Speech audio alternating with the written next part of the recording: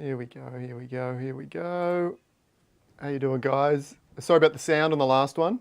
I could hear the sound was horrible. I've just reset it. It should be better now. Let me just get the link.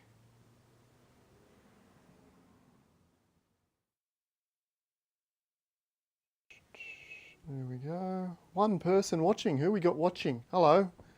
How you doing? Thought I'd do an off-the-cuff little... One person watching. Who we got watching? That sounds better. All right, we'll share this over to the Discord, then we'll have a chat. Watch some racing. Hit the subscribe button. Let's build up Z together. There's a few other channels. I know Doofy Racing has a channel. King Beaver has a Z channel as well. Hasn't done a lot of content lately. And then this one here and a few more will be popping up shortly. So make sure you support them all so we can grow this great game together. What am I doing? I just want to share this.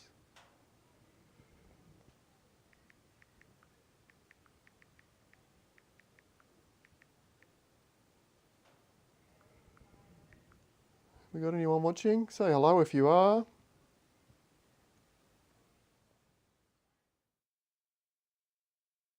always feel like I'm... All right. Shared. No viewers. I am literally talking to myself. Let me know. We'll let this warm up a bit before I actually start talking about anything because, oh, there's one viewer. Who have we got here? Hello, this is just live YouTube at its best. One viewer, two viewers. We've got a party started. Crans, what's up? All right, we'll let that build up a little bit. Have a think about some questions. We're going to watch... G'day Kent, how you doing? We're probably going to watch some races, we'll answer some questions and we'll let this just organically flow into the questions and out. Let me know if you have any questions. One thing that I will say whilst I'm just talking to 4 or 5, looks like 6 or 7 now. Tyler, g'day mate. Oh mate, sell me back Grand Arrow. That is, a lot of people ask me, what was the horse I regret selling the most? Grand Arrow. I haven't made too many mistakes. There's a couple. Grand Arrow. I sold a horse called Phantom too cheap to a lovely lady called... Oh, is it? Oh, I think... Oh, I want to say Dorothy, but I'm not sure. Lucky Jack. The legend himself, Lucky Jack, is here. Good to have you here as well, mate. But yes, Grand Arrow was one that after I sold, there was Grand Arrow and a few Z10s that I sold, which were really, really talented. And then guess what? A week after selling them, I was like, oh, I really want some low-end studs. You know, because when breeding opens up, Z1s might be really expensive to breed, but, you know, the Z10s are probably going to be really, really cheap. So to get into that low-end market would be a really good idea, and I've sold out of there, so...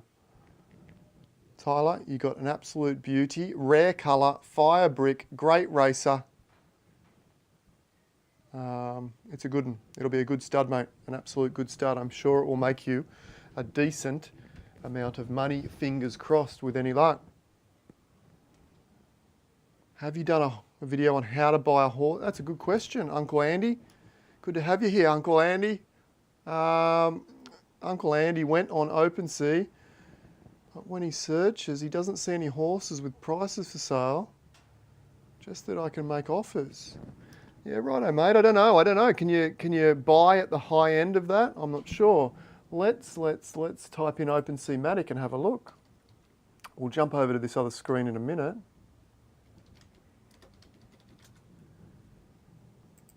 And have a look what you're talking about, Uncle Andy. How many we got? We got 8 viewers. How's the stream? Is it coming through okay? Thank you, mate. I've got it here already. I've got the Matic OpenSea. Let's switch over and have a look at that while we let everyone else join.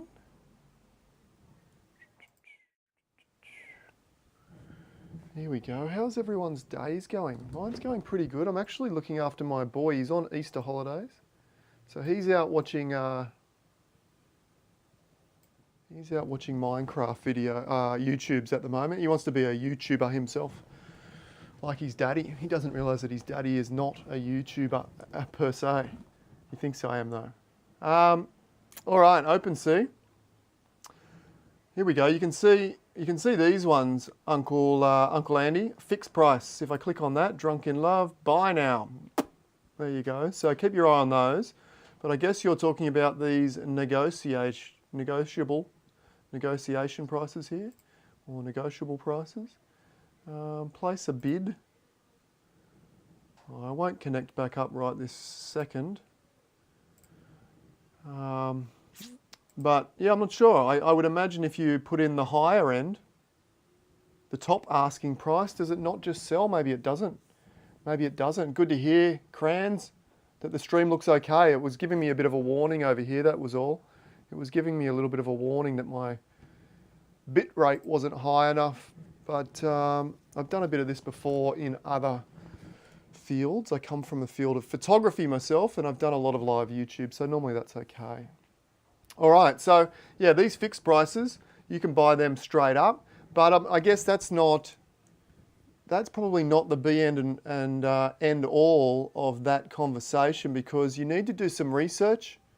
Uncle Andy, you need to do some research into the odds are really, really important. So let me go to Discord. I should have had this one set up, shouldn't I? Oh man. All right, we won't worry about that because I don't know what my username is. But when you go to Discord, and if you're in the general chat or even I think the racing chat, or the racing thread or the general thread, you can type in the horse's name and it will give you the odds. It will give you the odds for that horse. And you're looking for horses that have low odds, so lower numbers, $5s, $6, $8, something like that. That's what you're looking for a really good horse. And then also, obviously, if they've had races, in conjunction with that, if you click on the properties here, you'll see,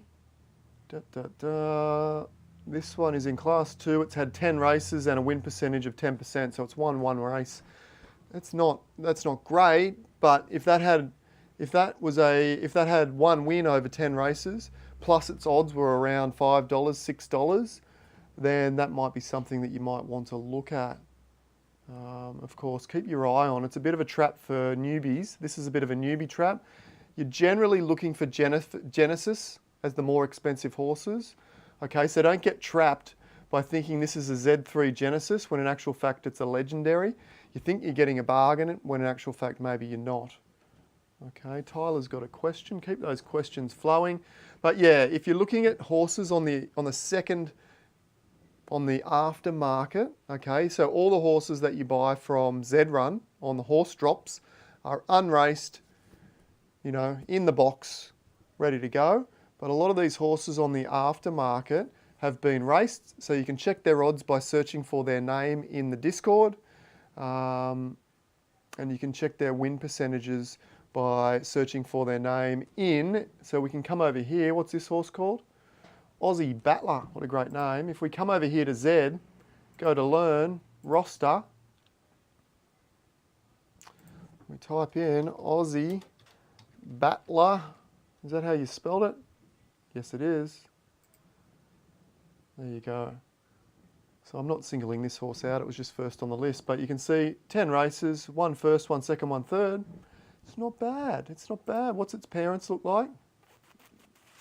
Sabre, a Z1, and Perky Chicken, a Z2. Is that a Genesis Z2? It must be because it was a legendary, wasn't it? Yeah, Genesis. Okay, so you can look right back through some of the family history there. I mean, that's good. This is good. Sabre's a good horse, but it's all about results and odds for me, really. Like these are pretty good results. One first, one second, one third over 10 races. That's pretty good. But then the odds, you would want to look up those odds on Discord as well. Now, one thing with those odds, any odds before December, or before about December 4th, I think it is, last year, are irrelevant. Forget about them. The horses and the odds and the stats will reset roughly around the 4th or 5th of December 2020. Everything before that doesn't count because the horses were completely rejigged.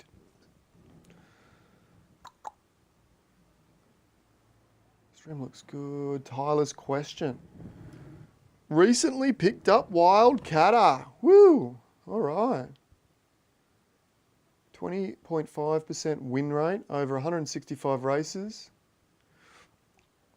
Do you continue to race or just breed and race offspring? Yeah, I think there's opportunities to keep racing. Absolutely. Tyler, that's a quality horse and it's competitive at the highest level, which is important. I would imagine it's competitive at class 1. Now what's happening is because we have these extraordinarily long waits, it's like fatigue has already been implemented because you can only put your horses in 3 paid and 1 free race. But then you generally have to wait 12, 14 hours to get your horses back.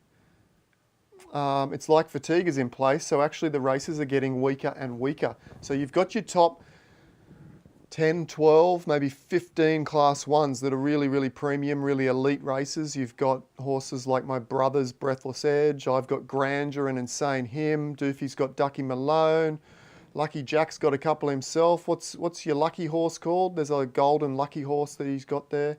What else have you got? Phantom Pacer from Heroine. Alloy from Murphy. You've got Slander Unlimited, which is, of course, Paddy Jack's stables.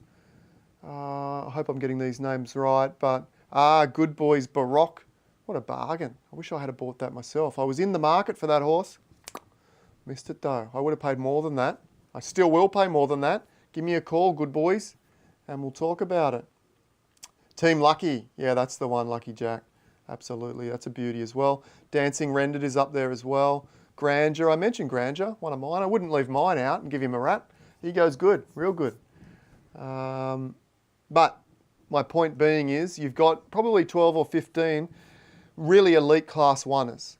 All right. Now, as they enter, you know, I get up in the morning, enter all my horses into the races. Now, I don't get to re-enter those horses again for about 12 hours or so once they recycle back through those races, generally.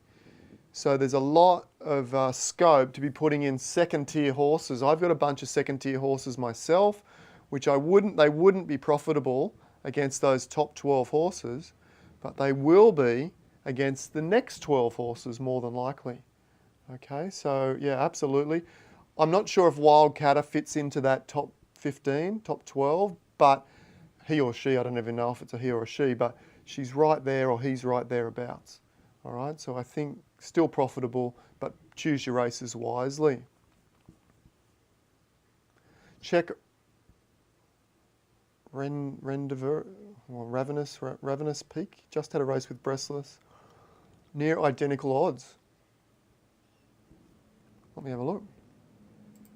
I'm just going to cross over to my other screen here. Oh, sorry. Hello, there's my desktop. Let me check that name out. So now I'm over in Discord, guys, and I'm going to type in that name. Keep the questions coming or I'll just wing it. Let's have a look. I'm just typing this name into Discord to see the odds.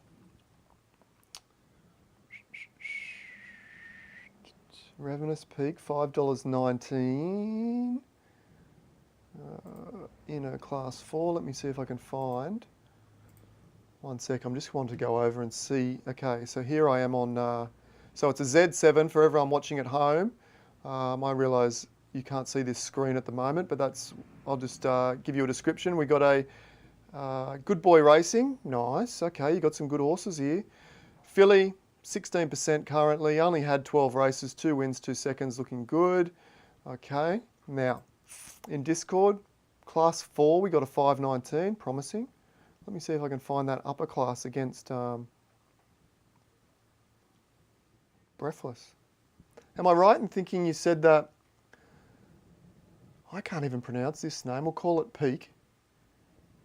Matteo. Am I right in thinking that you said that it raced directly against Breathless Edge? Is that correct?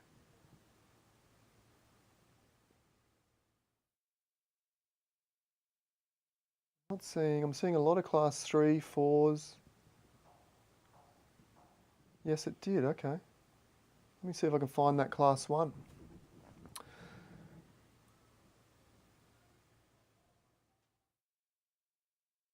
$3.15 and it's Griffin. It's not showing up here, Matteo, so I got a class 3, 3, 3. It looks exceptional, I must admit. It's always like $4, $3, $6. It looks really good. I don't have it in a class 1 against Breathless Edge that's been recorded in the stats here. Chances are that there is, but I can't see it recorded here. Oh yeah, give me the race name. I should be able to look it up. Tolkien. Oh, not Tolkien. Tycoon. Tycoon. That's what I'm horrible at just reading these strange names. There's a one that gets me all the time that is a offspring of Scrooge McDuck, who used to be mine. I sold it earlier this week. Called it's a classic one for getting the old race callers and people like me that reads things so literally. But it's called Holy Sheet. Say that one quickly. Hey, do my little boy's here. Here he is. You want to come and say hi on the YouTubes? You gotta say hello. Hello. All right, I'll be out soon, mate. All right. Did we get that race name? Yeah, okay. Yeah, the race is not showing up for me either. Swiss Alps Derby. Let me see if I can find that one. Anyway, in any case, if he was nearly exactly the same odds as Breathless Edge, what distance was it? 1800? It might have been 1800, which is on Breathless Edge's external sort of range. It's not the sweet spot, but still. Derby. Oh, here we go. I think I found it. Have I?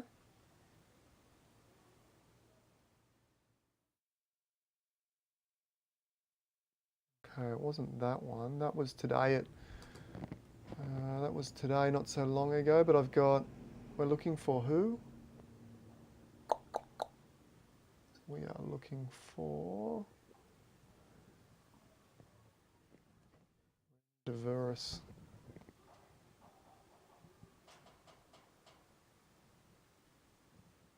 Okay, I don't have it in that one. Might be this one.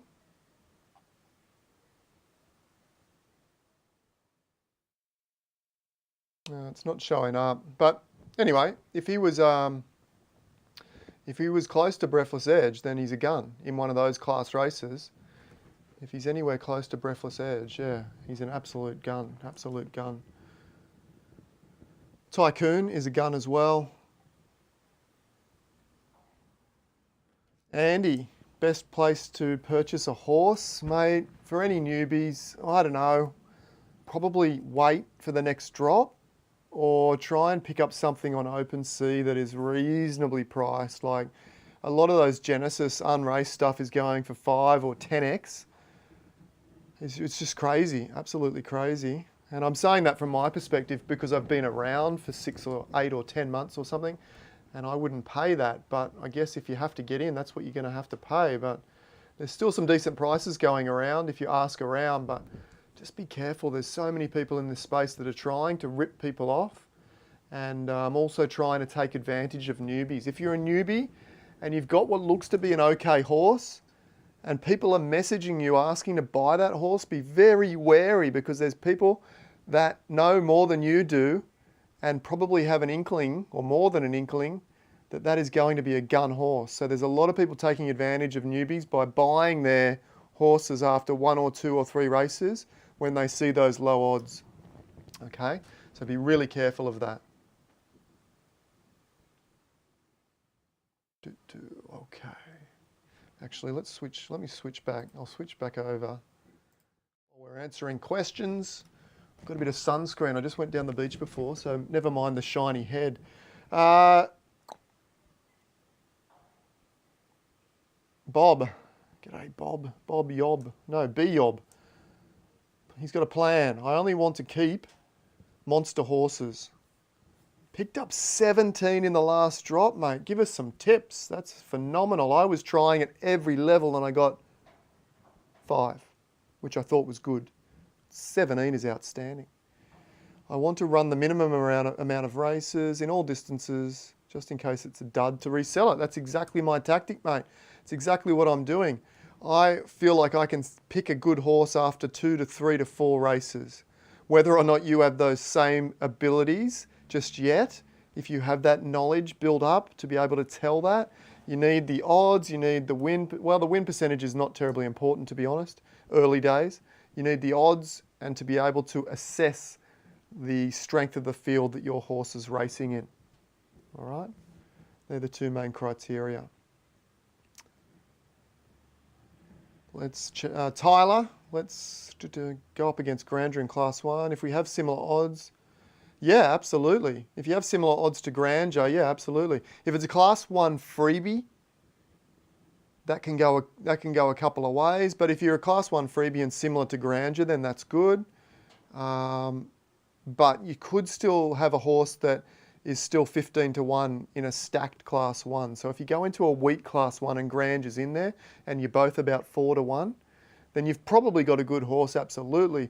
But it still could be that when you go to a stacked Class 1, that Grandeur is 9s or 10s and your horse is 15s or 16s. They can tend to drift out at different rates depending on, and what it mainly depends on, is how good or how strong those really good winning runs are. The horses that don't vary in odds very much have really strong winning runs, and the horses that vary a lot have really consistent winning runs, but they're not as strong as, say, your Breathless Edge or your Ducky Malone. Okay, so you can potentially have a horse that shows up in its Griffin at $3, but could be 18 or 20 to 1 in a stacked Class 1.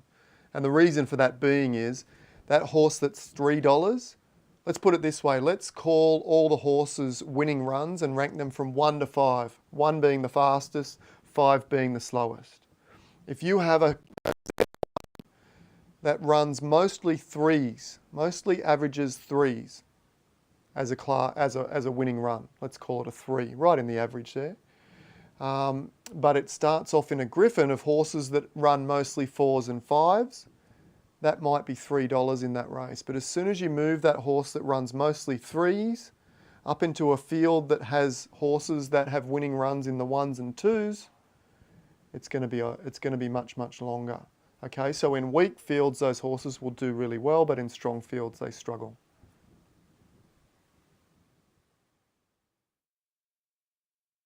Sorry, I just skipped a bit there where you were telling me about Breathless Edge.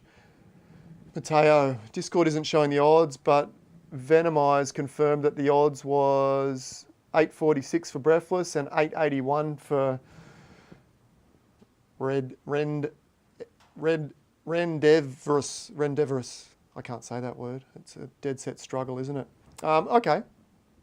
If that was in a 2000 race, I would be really impressed, which it probably is. Breathless mainly runs 2000. If it was in an 18, it's less impressive.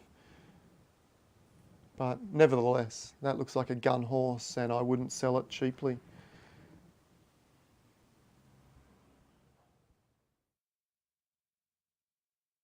Biob is asking, what's the minimum sample size races I can run? If you have a monster, you can tell a monster in about, I can tell a monster in about 5 or 6 races. As soon as a horse like this Rendeverous or whatever it's called, Rendeverous, comes in and is competing at those odds, that's essentially a monster. You know, that's up there in the top 1% of its Genesis Z7, I think it was. So that'll be I would say that will be in the top 1% of those Z7 Genesis for sure. If it can compete at Class 1 in a stacked race like that, that's the main metric. If you have a horse that can be under 10 to 1 in a stacked Class 1, then that is exceptional. It doesn't matter, Biob, if you race one race against the best or race lots of free races to get your stats up. It's all about when you get to that stacked class, if you have competitive odds, then you know you've got something special. If you get to that stacked class and you're a 20 to 1-er, don't be too concerned because that's still probably a really good racer. It's all about finding that sort of sweet spot where you can run and win. Some of my races, like I've got some really good runners. Let's come and find my stable here.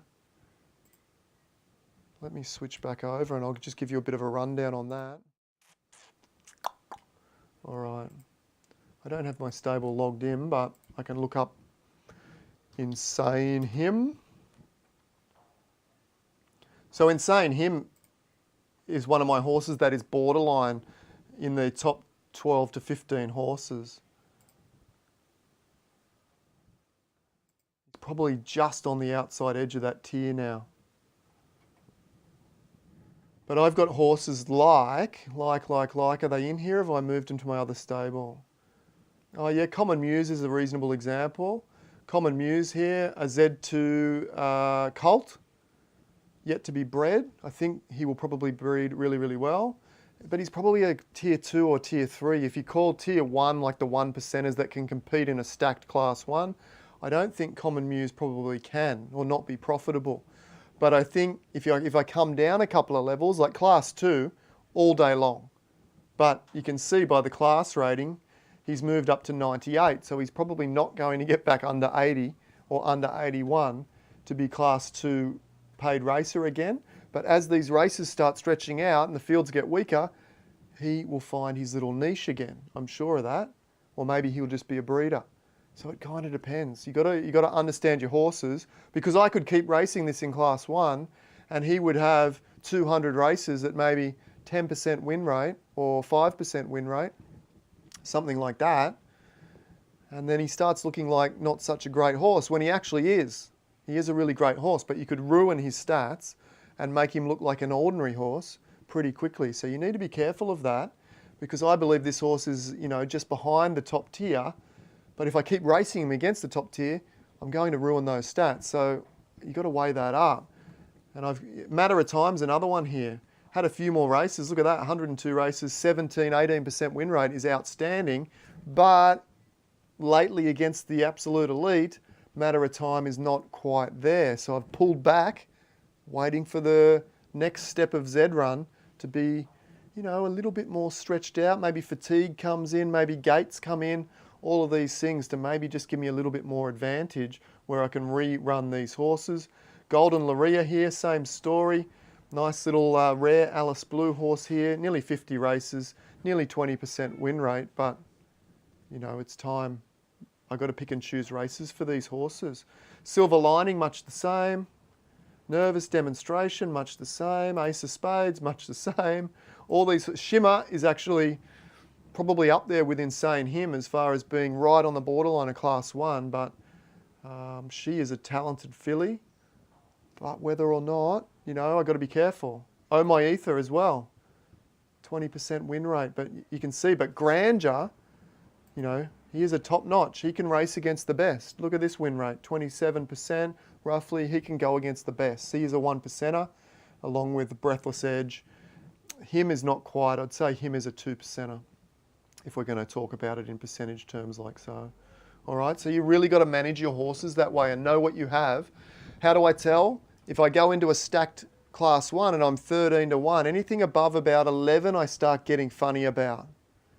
If I'm 11 to 1 and I'm still winning at 1 in 5, 1 in 6, at a good rate, then I'll keep going. And I did that with him for a while, but now as those races get more and more stacked, I'm giving him a rest. He'll come back because he is very, very good, but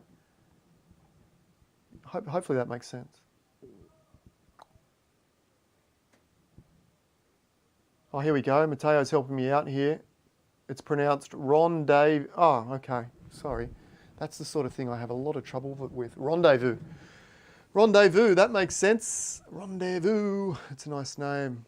But I read everything. That's one of the things that I do really strangely, is I have a very mathematical type brain, so I read everything very literally. So if I don't recognize the word and it doesn't read, is it phonetically?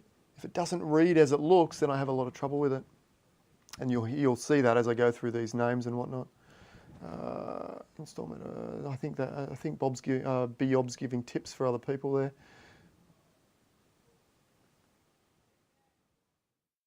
Yeah, crayons. Yeah, I absolutely look at the odds of the horses I'm looking to buy. So I'll go into the odds. I'll look at the fields. I'll try and assess what strength they have, and I'll try and pick them out. So if someone's selling an entire stable, for example, which pops up every now and again, I'll use the tools that I have. I'll use Discord. I'll use the win percentages, and I've also got an Excel sheet where I can do research myself. And then I'll go through and I'll pick out the better horses of that bunch and try and buy them at a reasonable level. But those days are somewhat gone, to be honest. There's hundreds of people doing the same thing as me, whereas 3-4 months ago, there was like 2 or 3 of us doing it that way and buying up horses that way.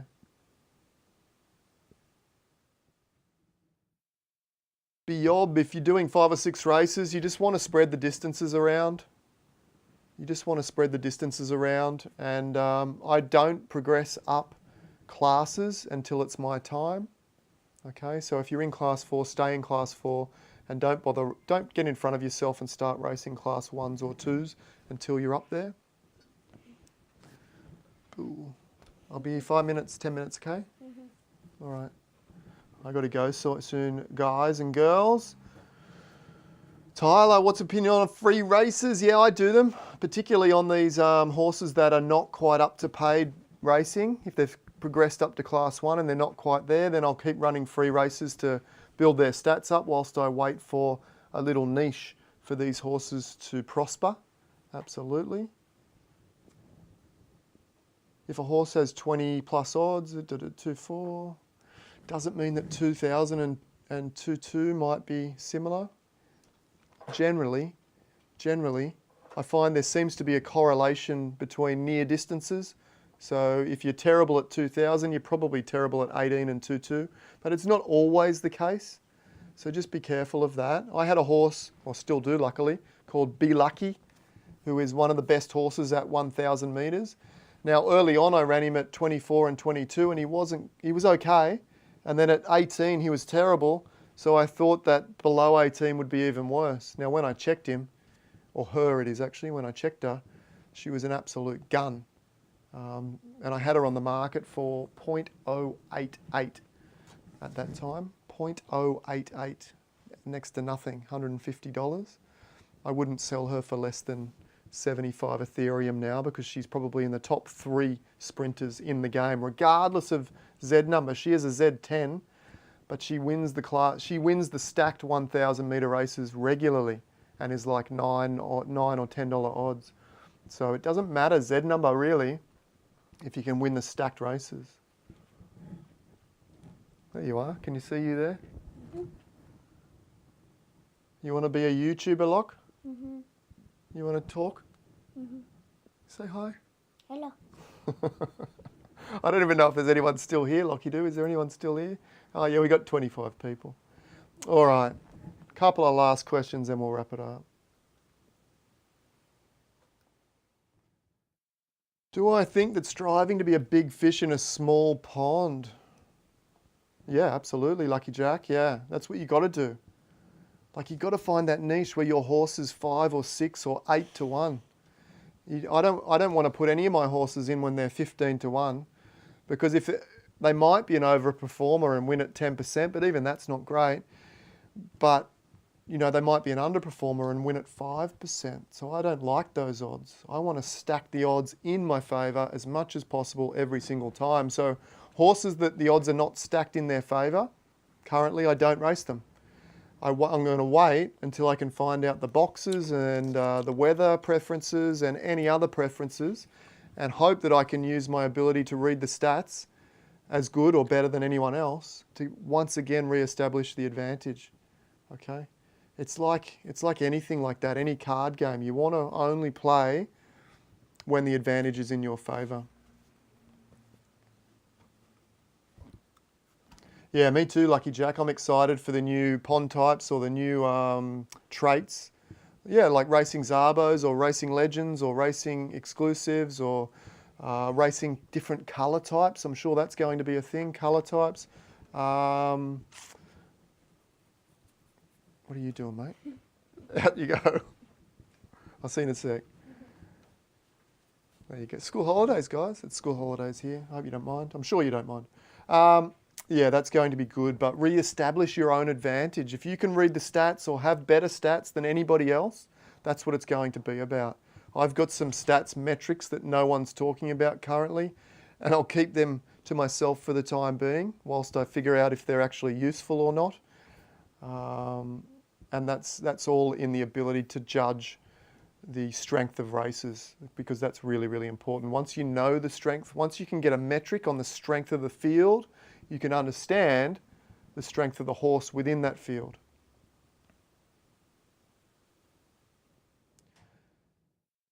Who's forgotten? Am I preparing to have a deep stable for fatigue, or just sticking to the set races with your horses but lower frequency? No, yeah, mate.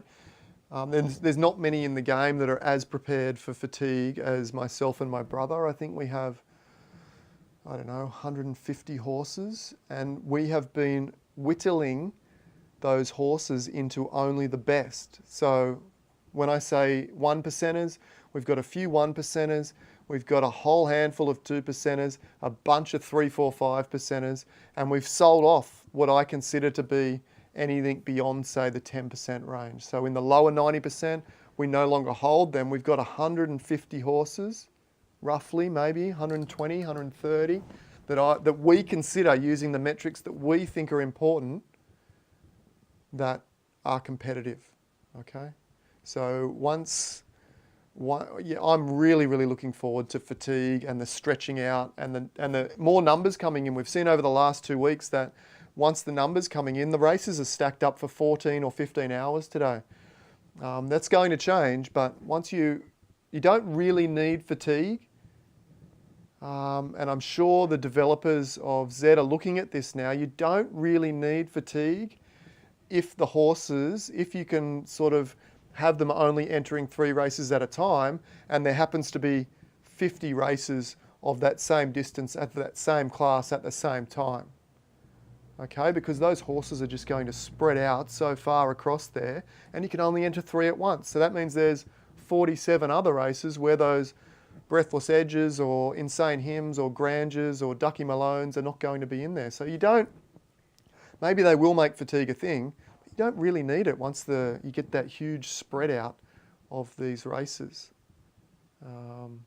It's going to be very interesting. But I'm really looking forward to running some of these other horses in my stable here. There's Be Lucky there. Look at this beast. Absolute beast. Nearly 300 races, nearly 20% win rate. She's in a rare colour as well.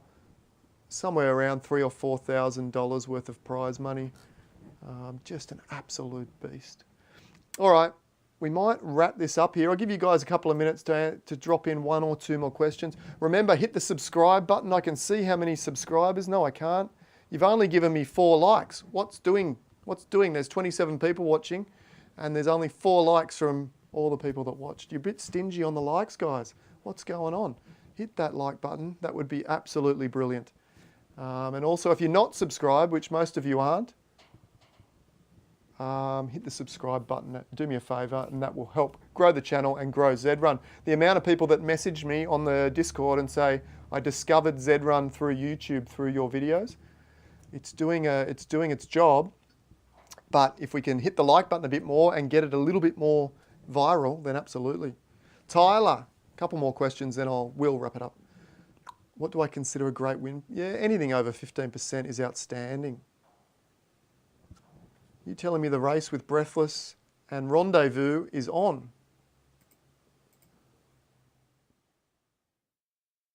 No.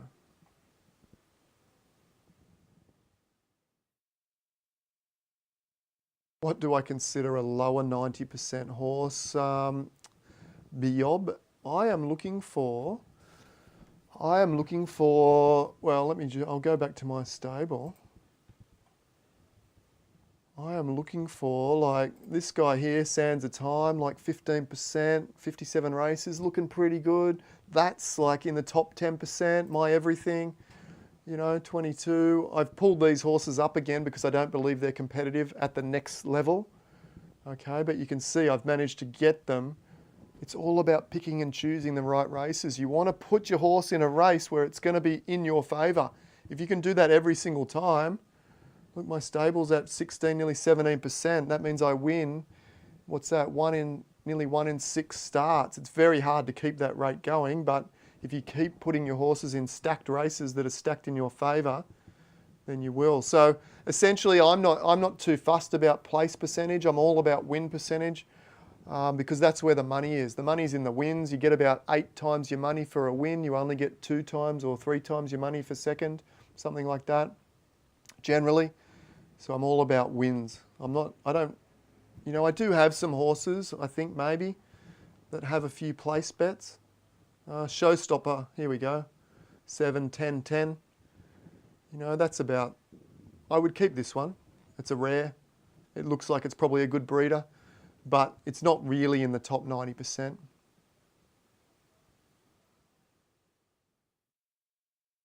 Oh, no, I believe you, Matteo, for sure. Thanks for subscribing, Tyler. That's awesome. And Matteo. And Andy. Swiss Alps Derby in an hour. Okay, let's see if we can find it. Next to run.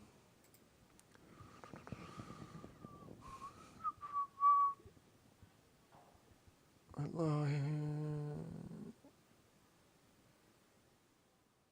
looks like it's not even showing up here, is it? Anyway, I believe that is the case. Breathless Edge is going to face more and more competition as these horses come through. We're yet to see that horse that takes over on the odds, but that might be just an experience thing. If experience makes 10% difference, then maybe Rendezvous after 300 races is going to be shorter. We don't know, possibly. I'll keep an eye out for that. Now that we've been talking it up, I'm sure Rendezvous, now that I can say that name properly, will do very well, probably win.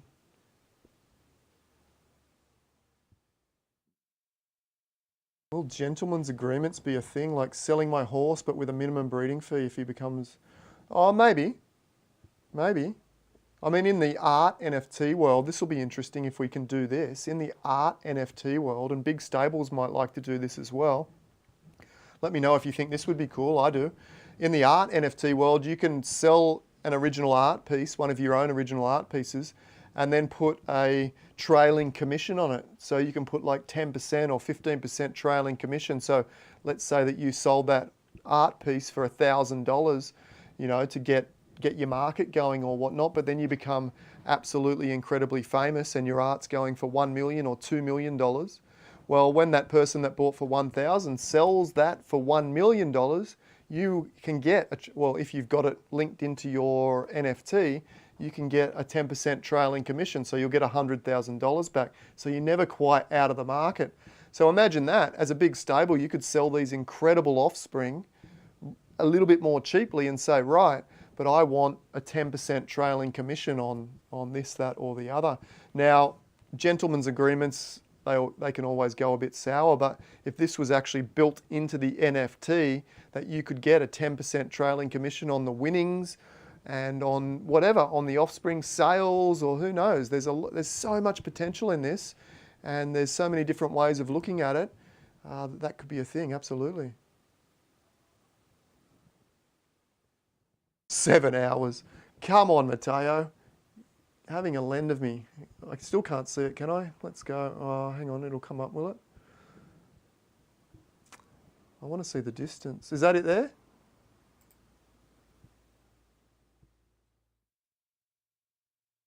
Nope. Oh, that's a freebie. Yeah, I don't think Breathless Edge goes into... We'll find it. Here it is. Here it is. Swiss Alps Derby. All right. Rendezvous. Right alongside Breathless Edge. Let's see if it's in Zest. Probably not. If it's not coming across to... I think Zest is really struggling with all these races. You can see I only have access to about, what's that? Maybe 30 max. Maybe 30. Yeah, trailing commission or royalties. Yeah, absolutely. It could be interesting, you know, so that you could sell, you know, your unraced stuff, for example. This breed coming up, hopefully coming up this week or next week, I will be doing a big breeding run with Breathless Edge and Grandeur and a lot of my talented horses. And I'm not overly keen to sell them unraced, the offspring unraced, for two reasons. I want to race them and see if they're any good. And I also don't want people to be paying big dollars for horses that are not, you know, that are duds essentially. So I want to race them and sell them that way. But I like the idea of having a royalty or a trailing commission so that I could sell those unraced ones with confidence, knowing that if it is an absolute monster and it's going to go on to win $1 million races, that I'm still got a little piece of that pie. Pretty cool, I reckon. Yeah, Matteo, I think the reason the odds aren't showing is because there's so many races stacked up at the moment, so they're not all showing, which they'll still be recording those odds. I'm sure I'll be able to get them in my Excel sheet, which is connected to the API, but we won't be able to get them anywhere else. But if someone's seen it and confirmed it, and that horse is only 30, 40 cents away from Breathless Edge, you got something pretty special there. That's a pretty stacked race. It is a 2000, which is generally one of Breathless's best.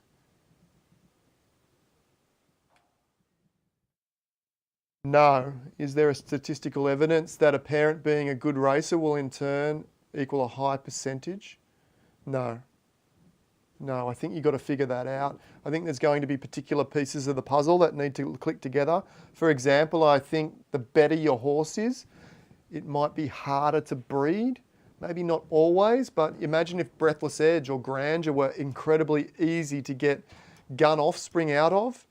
Then all of a sudden, every single offspring is going to be awesome. And then there's, you know, it sort of lifts the floor of what is awesome. And they will run over the top of everything really, really quickly.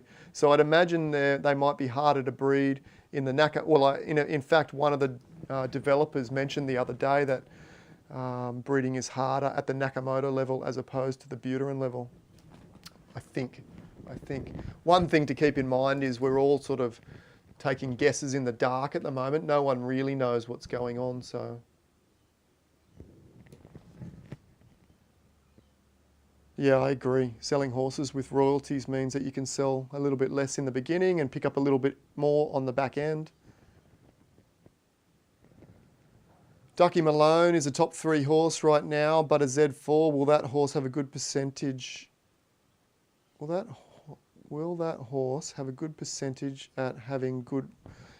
Well, mate, yeah, there's no better in the game as far as producing gun offspring at the moment than Ducky Malone. So there could be two ways of thinking of that. Either Ducky Malone is very receptive or very capable of combining genes and producing good races, or Doofy has so happened to stumble across the perfect pieces of the puzzle to breed her within the early days. She's only produced about 4 or 5, 6 or 7 offspring, somewhere around about that, and a high percentage, around 80%, have been good. So whether or not Doofy has stumbled onto the perfect formula, or whether or not she just happens to be a very good breeder, we don't know. You look at Breathless Edge, has produced very little in offspring. Granger's got 1 or 2 that are any good. But we're all guessing at the moment. We're all just dead set guessing. So, yeah, Ducky Malone looks to be a beauty. I've got one called Ace of Spades, which is not a talented runner. She's okay, not a tier 1 or anything like that, probably a top 10 percenter. But she seems to be able to grab the best genetics out of the horses that she breeds with and combine them into these incredible offspring. Back before the reset, she was the mother of Ace King, which was arguably the best horse in the game pre-reset. And the argument only spread between 2 horses, Ace King or Winchester. They were by far and away the 2 best horses as far as stats and win percentages were concerned. And she was the mother. Now Ace King got rejigged in the reset and is no longer that great. But Ace, if we come back here actually, let me come back just to show you that as a final thing. Where is she? I saw her before. Ace of Spades is her name, sorry. I'm not sure if I got that right. Ace of Spades.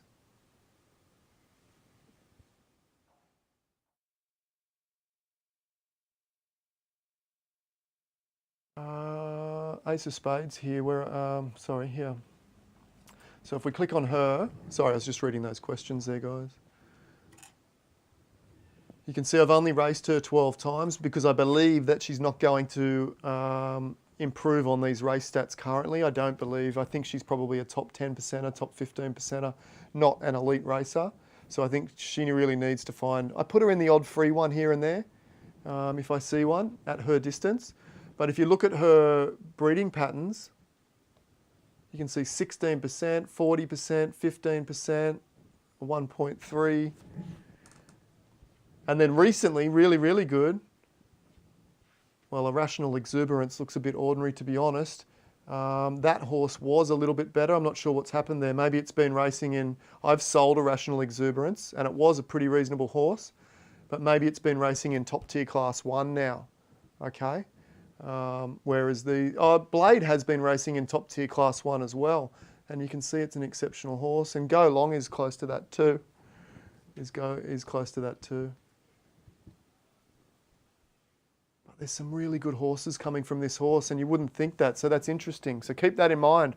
It looks like average horses can produce excellent offspring.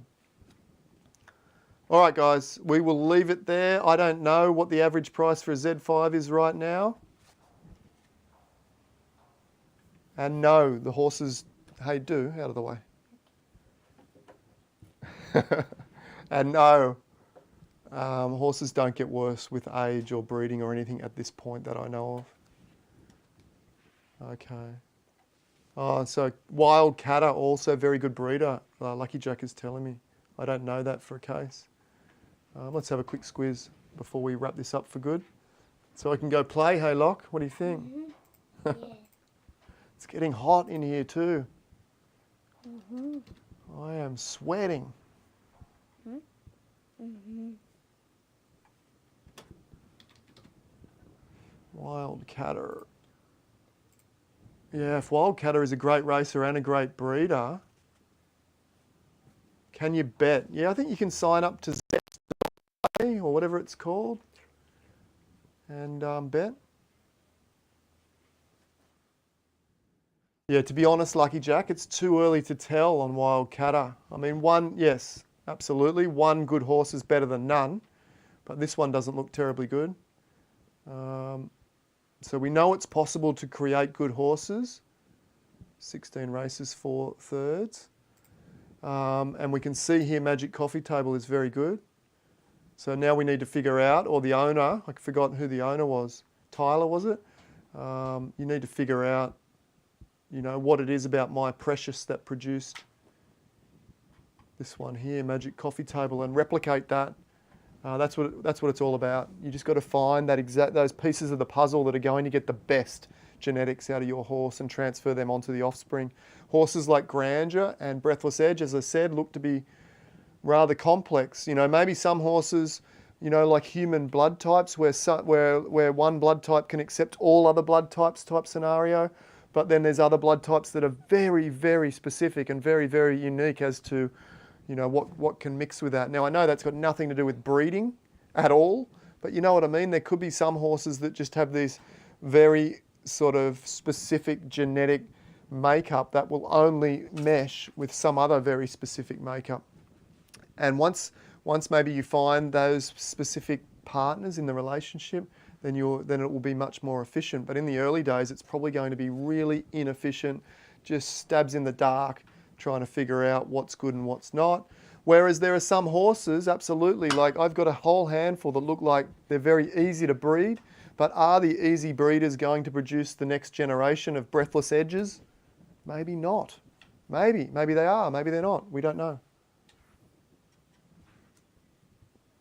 Last question, last question.